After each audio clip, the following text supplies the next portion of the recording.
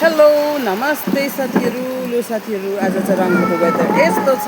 बिहान चाहिँ टन घाम लागेको थियो है, अनि नभने पनि लगभग 1-1:30 बजीदेखि चाहिँ यसरी पानी आएको। अहिलेको 6 बजिसक्यो है, यसै पानी आएकै छ। म के भन्छ नानीको स्कुलको लुगा सिलाउनु छु भनेको हो। अब पानी रहँदैन पनि होला, खै के गर्नुपर्ने हो।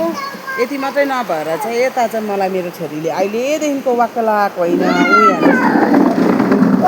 अहिलेदेखिको बदमास नगर्न बहिनी कुन अहिले एकछिनमा चेयरसँग ढल्छ होला। अनि त्यति मात्रै नभएर चाहिँ अब यो मेरो छोराले चाहिँ मेरो फोटो मेरो अनुहार नदेखाइदिनु भनेर भनिरहेको छ हो। सो यसको अनुहार देखाउँदिनँ।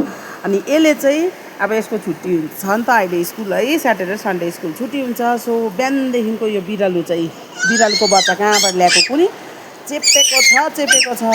यति त नानीको आमाहरूले पनि आफ्नो नानी चेप्दैन होला है साथीहरू।